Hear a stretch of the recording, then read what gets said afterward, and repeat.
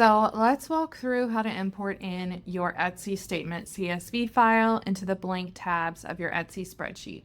This tutorial applies to the Etsy Seller Spreadsheet and the Etsy Import add-on, whichever file you have purchased. I will be using the Etsy Seller Spreadsheet in this video, but if you have the Import add-on, it works exactly the same. You just don't have the expense tabs on your version of the spreadsheet, which is fine. So let's discuss how to import in that Etsy CSV each month. Importing it in is going to generate all the totals you need for everything coming from Etsy. Your sales, your refunds, all the different types of fees that Etsy charges you, your postage, tax on those fees and those things.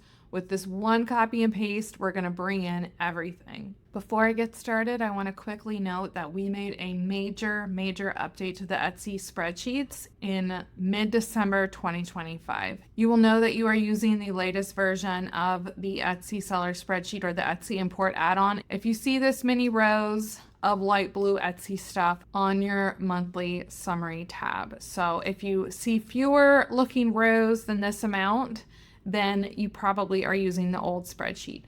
You want to make sure that you are using the proper spreadsheet for whatever tutorials you're watching, because with the old version of the Etsy spreadsheets, you are going to import in a different CSV than what I'm about to show you. If you need to finish the year with your old version of the Etsy spreadsheet, log into your account. You should see the old Etsy spreadsheet in here. It will say old by it when you look at your account in here. And the original video tutorials and Google Doc instructions showing you how to find the orders CSV will still be available to you if you need to do that. If you are working on a new year file or you've never used it before at all, continue using the new version of the Etsy Seller Spreadsheet. We're going to download the Etsy Statement CSV in here. If you have no idea what I'm talking about, you're in the right place. Let's keep going. I am going to show you how to find and copy and paste in this particular Etsy CSV, and then I'm going to explain to you a little bit of what sort of information we're pulling from it. So first you want to head over to your Etsy shop dashboard, log into your Etsy account, and then you want to go over to Finances, Monthly Statements. Once you are in your monthly statement screen, you can go to the activity summary for whatever month and year you want to download the CSV from, and then over here you'll see this Generate CSV button. We're going to click that. It will take a couple of seconds or maybe a few minutes even to generate a CSV. It'll turn into a Download CSV button when it's done, and it also will send you an email if you need to go over there. You should be able to click on this and it will download a CSV file to your computer. It will also email you a link directly to your email inbox as well, but hopefully it goes to your downloads folder. Navigate over there to open it. You want to open in whatever spreadsheet software you're working in. So if you need help opening that in Google Sheets, I have a video showing you how to do that. Otherwise, you can open it as a CSV in Excel or Numbers. So I'm going to open this nice CSV that's got a line-by-line, blow-by-blow list of everything that happened in my Etsy shop during whatever month I downloaded. Now I want to copy this CSV and paste it into the blank January tab here. Right now there's nothing here. I'm sitting in cell A1. I want to paste that CSV right here in cell A1 because there are built-in formulas on my monthly summary tab waiting to look for that data in that exact spot. So there's a few different ways we can copy things. I like to click on this little weird triangle box, for lack of a better term, to the left of column A, just above row 1. Clicking on that will highlight the entire sheet, the entire tab. I can do that, and then I can copy. I can right-click copy. I can go to edit, copy if I want. I can do Control-C or Command-C on a Mac. Once I see these dancing ants around this data, I know that I've done it right. I can then go over to January, this blank January tab on my Etsy spreadsheet, make sure I'm in cell A1, and then I can just click paste, and the whole thing is going to blob there for me. I can also go to A1 and do edit paste. I can do Control or Command V on my keyboard. Any way I can get it there. Once I've pasted it in, I'm going to go look over at my monthly summary tab, and I see some data populating here in the January column. All that looks good. I'm going to go ahead and show you February for one more example. Generate that CSV. I'll show you what the email download looks like just in case. This actually just redirects me back over here to download it from Etsy. So I guess that's what it's doing these days. Open that back up in Excel. And this time I'm going to show you just another way to copy it. I can actually click and drag and select all these columns, column A through I. If I want to do that, instead of clicking on that cell, I can do columns A through I. I'm going to copy again. I'm going to head over to February. I can click this to paste if I want. I don't necessarily have to click cell A1, but you want to always make sure that you're not accidentally scrolled over when you paste or accidentally scrolled down when you paste. You want to always verify that the date showed up right here in cell A1. So I've got my February pasted in. I can come over here and see my February stuff looks like it's populating. Once you've got this pasted in, I want to talk briefly about what each of these totals mean to make sure that you understand what we're recording and why. First, we are bringing in your total Etsy sales. I want to let you know that this is the total amount collected from your customer. So it includes not just the sale of the product itself, but also any shipping that customer paid you and any sales tax, VAT, HST, GST, PST, any sort of taxes collected from your buyer. That is what is included here in this Etsy sales row. This also includes any gift wrap revenue if you charge your customers for gift wrap, and it includes any insider shipping, which is kind of complicated, but this is when Etsy gives your customer free shipping, so your customer didn't have to pay you for shipping, but Etsy pays you for shipping instead. Those amounts are all included here. The only thing that's not included in your total Etsy sales that I want to make note of is your Square revenue. So some of you may have your Square card reader synced with your Etsy shop. Those Square process sales do not show up here on that Etsy Statement CSV. You will need to manually enter in those Square sales as custom sales somewhere else on your spreadsheet. We will then subtract out all of that tax that Etsy is collecting on your behalf. So they're a marketplace. Here in the US, they're required to collect US sales tax. They're required to collect VAT, many other sorts of international types of taxes from your buyers wherever they are located.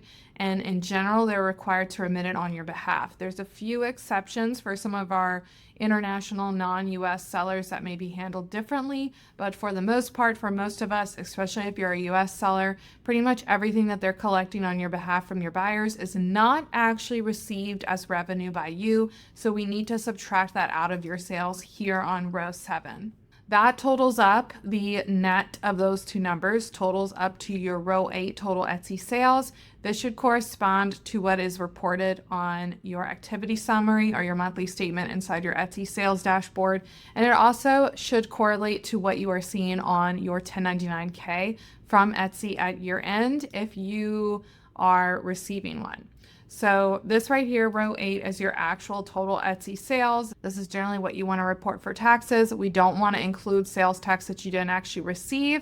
Know that you can minimize this with that little minus button if you only want to see that net amount. Next, on row 9, we have your Etsy refunds. So this is a refund that is issued during that actual month. It could correspond to a sale that happened during that time period, or it could be a sale from an earlier month or even a different year. But the refund itself was issued in that current month that you're doing your books for. This could be any sort of refund. It could be a full refund on a canceled order, a partial refund, a refund for the product, a refund for shipping. Any of that will be subtracted out right here. I want to note that it does not include refunded sales tax to your buyer because you did not receive that money. You don't actually refund it. Etsy refunds that sales tax amount out of their own pocket. So this is the proper, accurate for bookkeeping purposes refund amount that you actually issued to your customer. It will automatically import in as a negative amount to reduce your total Etsy sales. Moving on, we have got all of the mini fees that Etsy charges us. So there are 3 main types of Etsy fees. We have a 20-cent listing fee and any sales tax that might be charged on those listing fees. So this is anytime you make a new product listing or renew a product listing, you are hit with that 20 cents charge. The Etsy transaction fee is 6.5% of your total Etsy order amount, and any sales tax issued on those transaction fees. Your processing fee is 3% of the order total plus 25 cents per transaction. Again, any sales tax charged on those processing fees. You also will have credits properly accounted for in here. So if you refund an order and you get that transaction processing or listing fee back, the credit will be accurately reflected in here as well. Next, we have your Etsy Share and Save fee refunds. So if you are sharing that affiliate or referral link to Etsy, you get a little kickback and they report that as a reduction of your Etsy fees in general. So these will import in as a negative amount. They're going to reduce your Etsy fees. Any sort of miscellaneous credit that shows up on your statement will also show up here. Those are few and far between, but they are accounted for. Your other fees is currently bringing in the buyer fees and the regulatory operating fees that we see often with international sellers. Right now, that buyer fee is only required for Colorado customers, and Etsy's automatically charging it. I'm deducting it here for you. I do anticipate more states and more countries having these types of fees in the future, so that may change or need to be updated. Then we have your Etsy fees for Etsy ads and any Etsy offsite ads fees. So whether you're able to opt in or opt out of that, any fees for advertising that they are charging to your account, any taxes on those fees, and any credits towards those fees will be automatically populated here. We can total up all those different types of Etsy fees. We can minimize seeing just the sum if we don't want to see all of those mini Etsy fees. And then finally, we are importing in your Etsy shipping charges. So this is if you pay Etsy for your shipping labels, if you pay for shipping insurance, if you get refunded or credited any shipping amounts, all of that will show up here on your Aqua Etsy shipping row. Scroll down a little bit. If you are using the US version of this spreadsheet, your deposits from Etsy will show up here just so that you can keep track of what's actually hitting your bank account from Etsy. I do want to note that just due to the way spreadsheet formulas work, this formula is set up to only look at the first 5,000 rows of your Etsy statement. So if your Etsy statement has more than 5,000 rows and you need us to adjust that formula to pick up all of your deposits, just reach out and email us at support@paperandspark.com. You will also see that when you import in that monthly statement, some of your KPIs over here on the KPI tab should start to populate, and you may see some action happening with your graphs over here. We have a whole video about that you can watch to explain how to interpret those results. All right, so with that one quick copy and paste, we have got everything that we need from Etsy, hopefully saving you a whole lot of time when it comes to doing your bucks. If you want to continue to learn how to enter your sales and expenses from other sources, keep watching these video tutorials.